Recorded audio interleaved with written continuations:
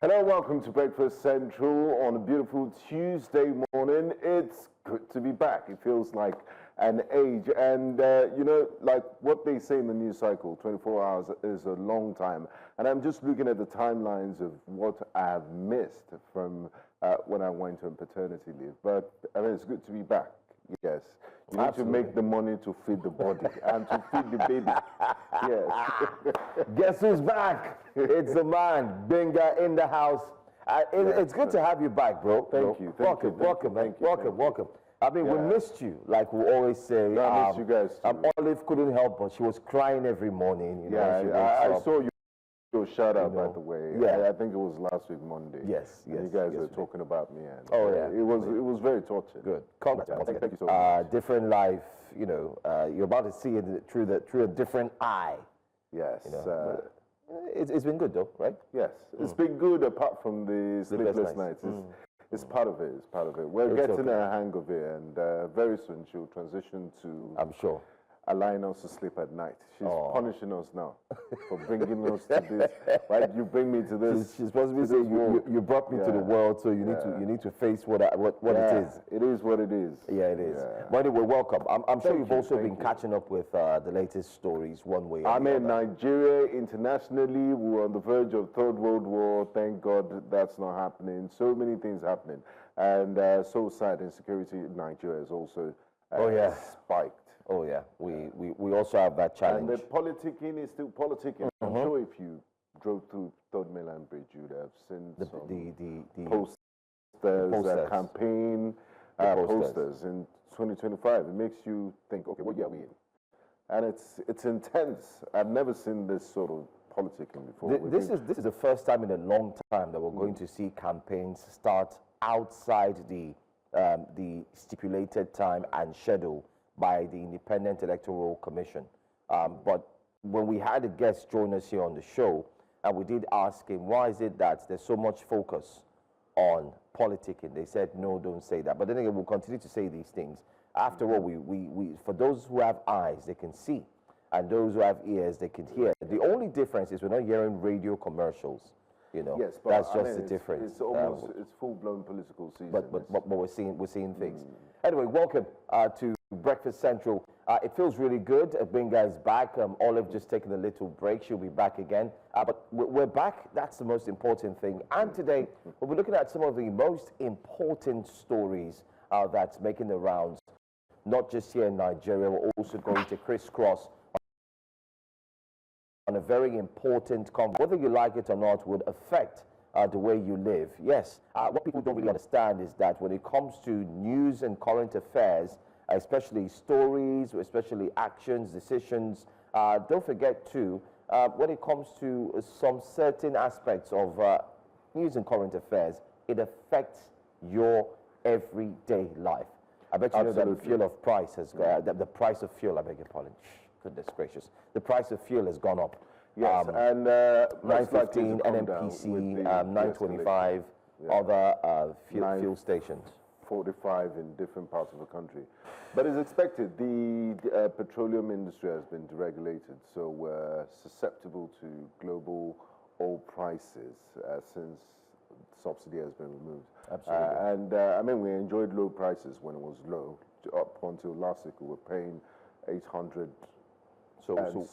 something, and now it's 900, based on the tensions in the Middle East. But with going by what President Trump tweeted or what he truthed, because he stopped using what he truthed and then copied and put it on X. Because that's what he does. He just copies and.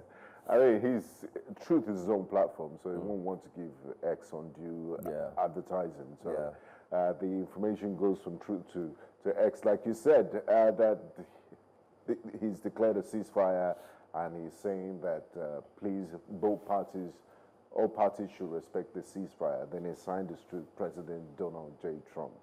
Let's see. I mean, it's a volatile situation. Let's see if it holds.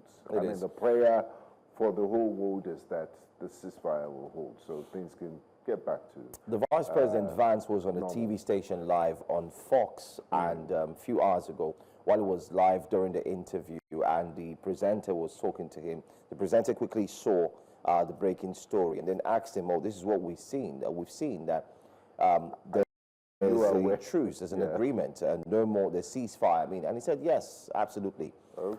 What they've been able to do is to obliterate Iran's nuclear weapons. That's what he said. That's what he said. Yes, exactly. He said that. Said they've been able to do that, and in quotes, he said, "I think that they've been able to do that clearly means that Iran has no access to any form of nuclear weapons." Therefore, he also mentioned that the president was able to do that. He said the president was able to do that to ensure that they had no more war, no more fights, everything is settled. That's it. I mean, at the end of the day, you want a peaceful world, and we also want low gas prices. And I think one of the things that prevailed for Donald Trump, and he's more concerned about the business aspect of things and rising gas prices. And he knows that if the situation escalates beyond that, Americans will be buying gas at very expensive prices. So, I mean, and he also sees himself as a peacemaker. He's really hustling for that Nobel Peace Prize. Pakistan nominated him, but let's see if he gets it. You can, I mean, this people have said he's bombing his way to peace. Iran was on its own. You can't, I mean, the whole world acts like that preemptively and says, oh, I feel this person is trying to do this, therefore I'm going to preemptively strike. Then an eye for an eye will make the whole world blind. Yeah. True, true. Anyway, that's the update. That's the news coming out from the war between Israel and Iran. And that's exactly what the update simply is, that there's been a ceasefire, no more war, and Donald Trump truthing it, and then, of course, Xing it to let every single person know. And then the Vice President Vance, on a live television interview, also acknowledging that and stating clearly that it's an end. You know, it's really interesting how the news cycle works. Because it was the same yesterday that Iran sent ballistic missiles to the largest U.S. base in the Middle East, Al Udeid, in Qatar. And the Qataris came out and said, look, you're violating our sovereignty. Why would you do that? This is against international law and all of that. And the Iranians came out to say, look, we understand the brotherly love between us. Please forgive us for this. But it's not an attack against Qatar or the people of Qatar. It was just a response to US hitting our nuclear facilities. So it's nice that in less than 24 hours, things that could have gone really south. And I mean, I don't know who gets the credit here, but it's Donald Trump. It's Donald Trump. The credit is going to him. The credit is going to him. The situation. The credit is going to him. So he's saying that the agreement has been reached. Just in case you didn't see that tweet or that message, you could also check it out. It's right there. You'd find it. So the agreement reached. What this would mean is what we would also take a look at. But let's put up that tweet again, just for those who did not see that. Let's put up the information again that came from Donald Trump, stating, congratulations to everyone. It has been fully agreed by and between Israel and Iran that there will be a complete and total ceasefire in approximately 6 hours from now, when Israel and Iran have wound down and completed their in-progress final missions for 12 hours, at which point the war will be considered ended. Officially, Iran will start the ceasefire, and upon the 12th hour, Israel will start the ceasefire, and upon the 24th hour, an official end of the 12th day war will be saluted by the world. Now, during each ceasefire, the other side will remain peaceful and respectful on the assumption that everything works as it should, which it will. I would like to congratulate both countries, Israel and Iran, on having the stamina, courage, and intelligence to end what should be called the 12th day war. He even goes ahead to tag it. Now, this is a war that could have gone on for years and destroyed the entire Middle East, but it didn't and never will. God bless Israel, God bless Iran, God bless the Middle East, God bless the United States of America, and God bless the world, and God bless Nigeria. Oh, sorry, I missed that. Okay, yeah, we also deserve the blessings from President Donald J. Trump. But I mean, looking at the way things happen in the Middle East, there's been ceasefires between Israel and the Palestinians. Israel has repeatedly violated those ceasefires. And the last one we had, there were exchanges of missiles up until the last hour of the ceasefire. Beersheba in Israel was really hit hard by the Iranians. And there's talks about, do you think Israel is going to hit back? Both parties abiding by the terms of the ceasefire? Because but this morning, things seem a bit quiet, but all we're hearing is from the American side. So America doesn't speak for Iran. America doesn't speak for Israel. So let's hope for the best, and hopefully both parties would keep to this ceasefire. And is it also a case of playing God, as some have said, especially online, that this has moved the United States to quickly make the announcement so as to stand tall and say, listen, hey, the big brother, now this is fine, we made the announcement, conversations have been going on. And don't forget, you could see from the post, it's going to take, it's not just a ceasefire automatically. It's going to be 6 hours first. And those hours have elapsed. So yes, I believe we're in that 24th hour now where both parties should have ceased fire. Yeah. But like you said, should he take credit for this? Going back and looking at the sequence of events, I mean, Iran is a member of the International Energy and Atomic Agency. They allow inspections. They are a signatory to the Non-Proliferation Treaty, NPT. Israel has known stockpiles of nuclear weapons. They are nuclear armed. They are not a signatory to the NPT. And then one country wakes up and says another doesn't have the right to. And IAEA's assessment does not say that Iran has enriched uranium to a level where they can develop it to a bomb. Israel preemptively invaded, bombed, killed scientists while they were in the middle of a negotiation.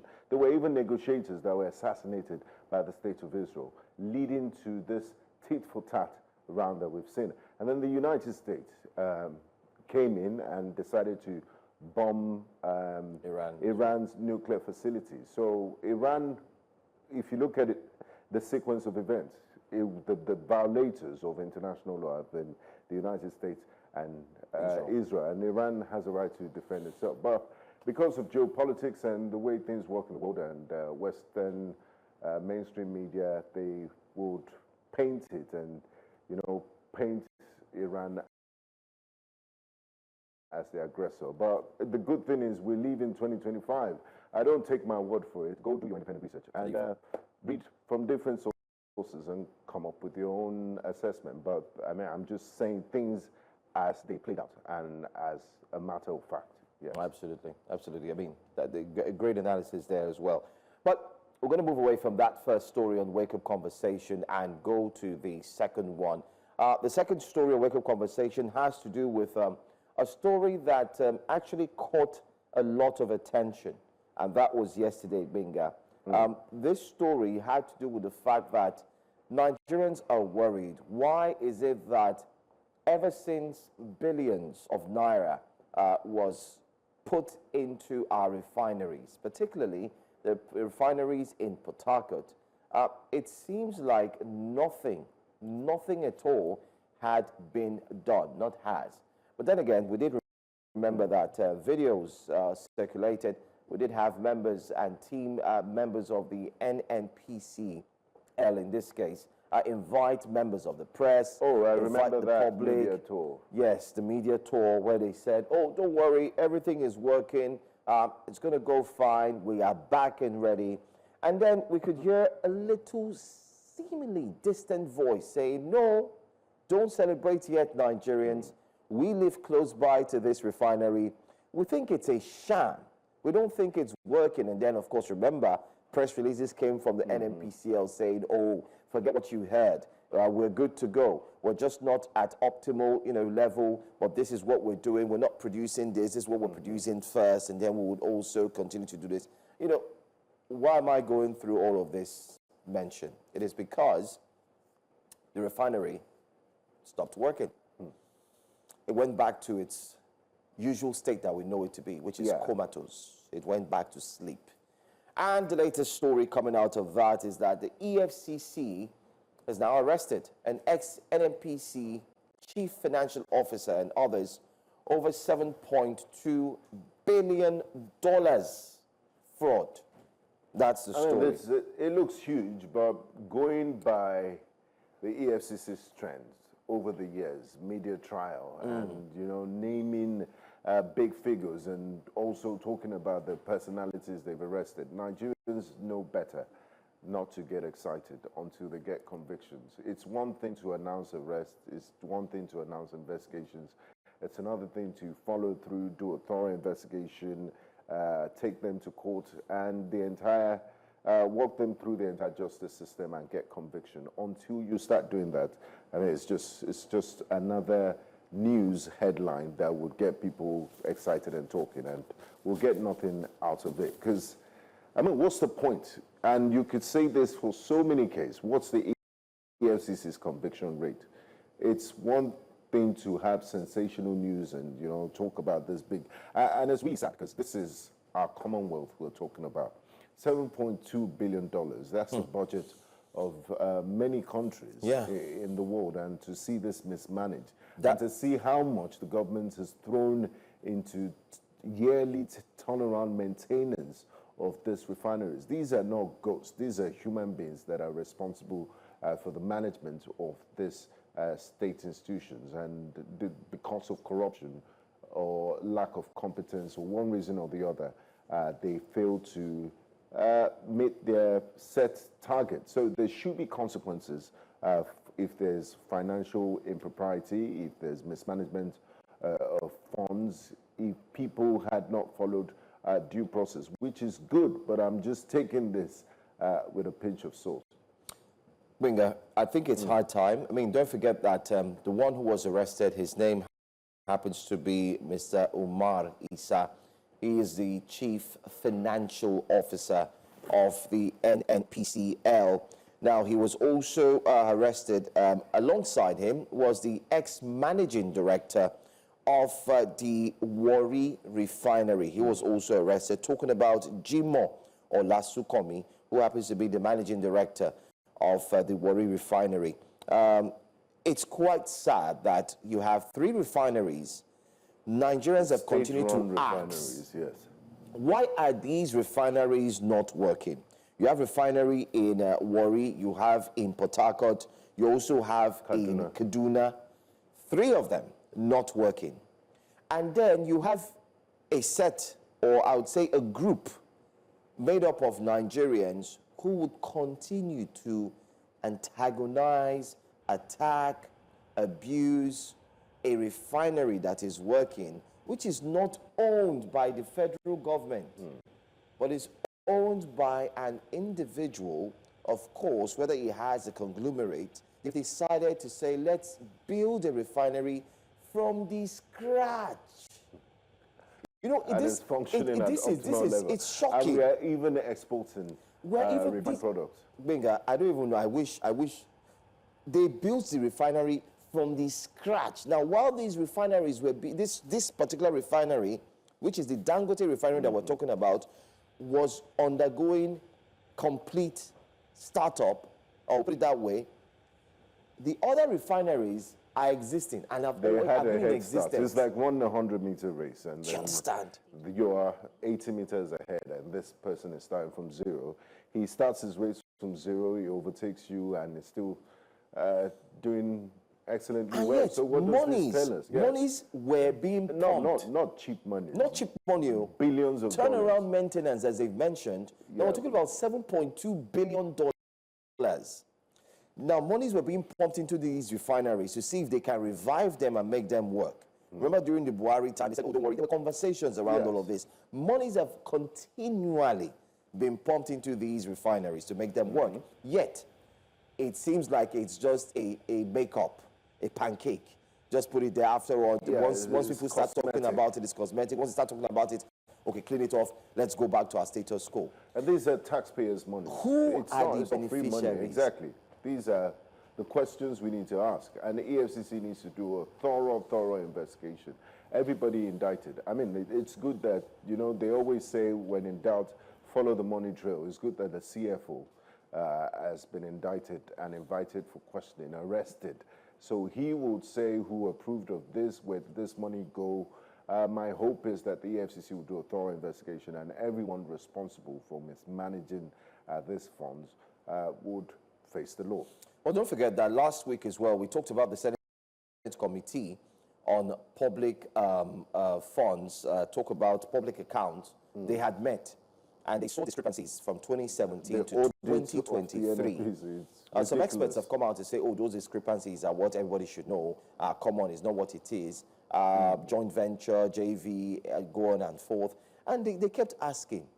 So could it be that it was the Senate Committee who raised these dust, and then the FCC quickly saw that and said, okay, let's also let's get in and see what we can do, regardless of whoever did it. Then we need a thorough investigation and answers. Now, is it that, or do you think, I don't know, let me ask you personally, do you think that naturally Nigerians are docile? Do you think maybe they're overwhelmed with Nigerians different problems? Or maybe this is another promo. You know how it is sometimes. You see promo, somebody has been caught. Somebody has been, it's just promo. Nothing comes like trailer in the movie. At the end of the day, you will never watch the movie. The media moves. You will never watch the movie. Story on the news cycle. So we really need to follow through. You will never watch the movie. It's just a trailer. After the trailer, oh, everybody's excited. It's going to be an action-packed movie. The next trailer. Then that's all. It's gone. Yeah. It's gone. Sad. It's gone. But anyway, that's one of our wake-up conversations this morning. Very sad situation whereby Nigerians are expecting a lot. They're expecting nothing more than the best. But yet it seems like every single person is being taken for a ride. And you would also come to think about it, that you have very intelligent persons, people, individuals who continue to write their names in the sands of time, and are Nigerians who have done great things globally. And all Nigerians, I mean, we are smart, we're intelligent, we're beautiful, we're wonderful people. Then again, you wonder why it is that things like a refinery working now becomes electricity now becomes a story being hidden, or do we say it's also there's politicking? I mean, it has to do with accountability and being fiscally responsible. And I mean, laws. We are a country of laws, and there should be consequences for breaking the laws. And until we see the political will of not just fighting corruption on the pages of newspapers or in speeches and actually doing something like this, I'm sorry, this cycle will just continue. It's just what it is. I agree with you, Benga. Yeah. But let's see our next story on Wake Up Conversations. Well, if you recall, we've had him here on the show, and we're talking about a member of the then former president, Goodluck Ebele Jonathan. I'm talking about one who spoke tough and has continued to do so. Mr. Reno Mokri has come out to mention that his page on X has been hijacked. Now, he's not just saying, he's also pointing fingers to those who hijacked his page. He talked about, of course, a suspended senator, if you put 1 and 2 to what he's saying.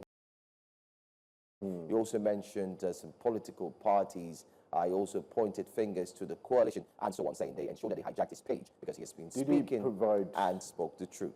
Did he provide any evidence to that effect? I mean, we know he has a lot of... He calls himself a feather ruffler, is the table shaker. So when you shake tables, you don't expect people that will be very happy with you, because his brand of politics, looking at his trajectory, the way he was against the president, and did a complete 360.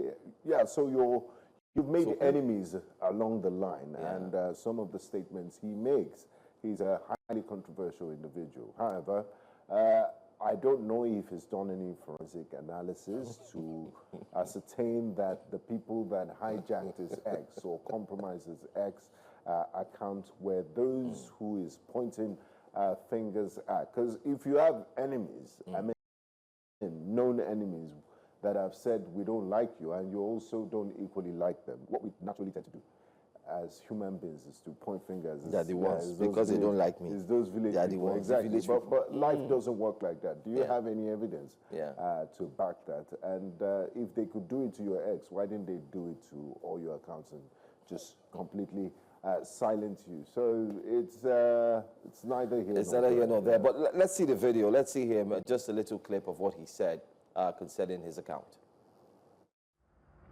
Dear followers, earlier today at about 3 o'clock on Monday, June 23rd, 2025, my X handle was hacked.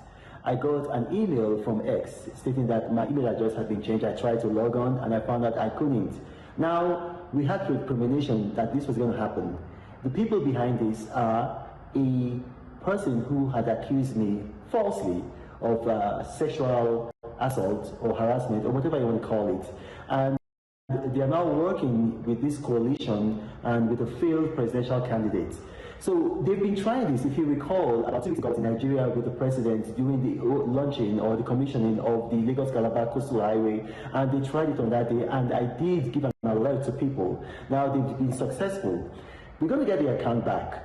This is targeted at the interview that I had with the Honest Bunch, the podcast, because I gave a lot of revelations.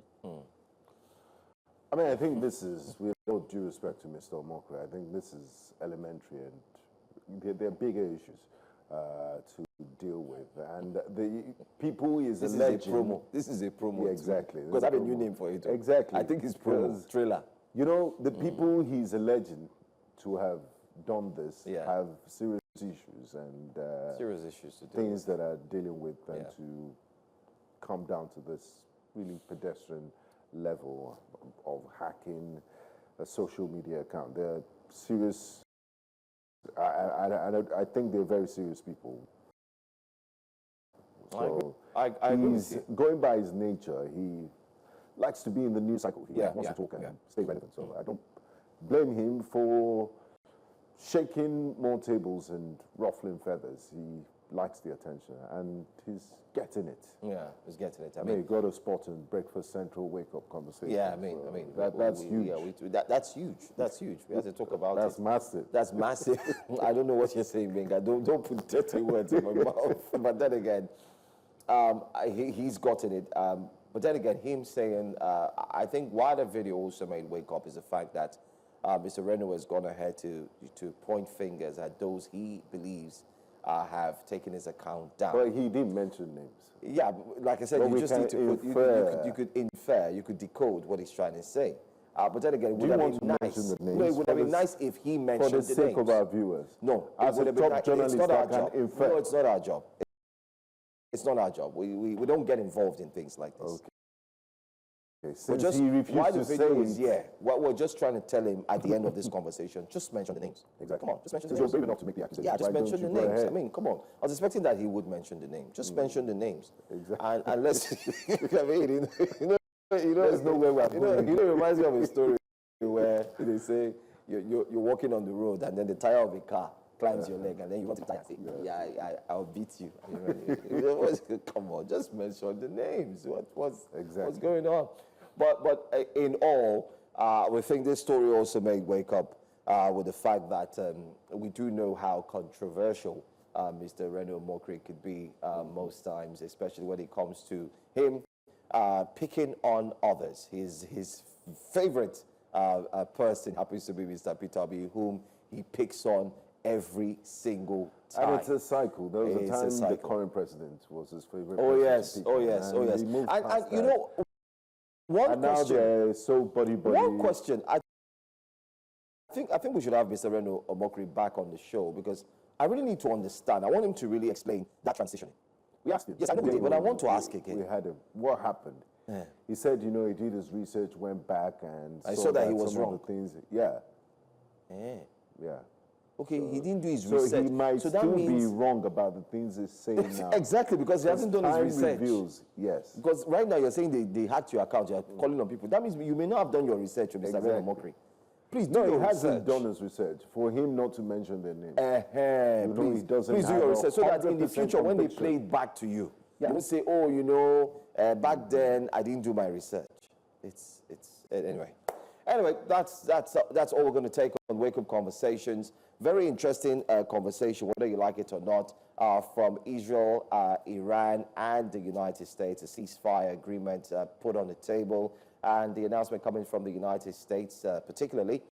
And then we also looked at the conversation that's gotten everyone talking, from the NNPCL, the arrest of the managing director of the Warri Refinery, and not forgetting to the arrest of the chief financial officer, Mr. Misa as well, who has been arrested and picked up by the EFCC. We've said it shouldn't just be for the screens. It shouldn't be for the screen. It shouldn't be a smoke screen, rather, if you want to put it that way as well. It should be for the actual thing that it's meant for, which is to fight crime. 7 point... Hey, Binga. That's a huge amount of money. But we'll do our best to follow up on the stories, to give you updates and follow up with EFCC's communications to know the latest with that situation. Like Joe said, it's a huge amount of money that is involved, and we're duty bound to inform Nigerians on this development.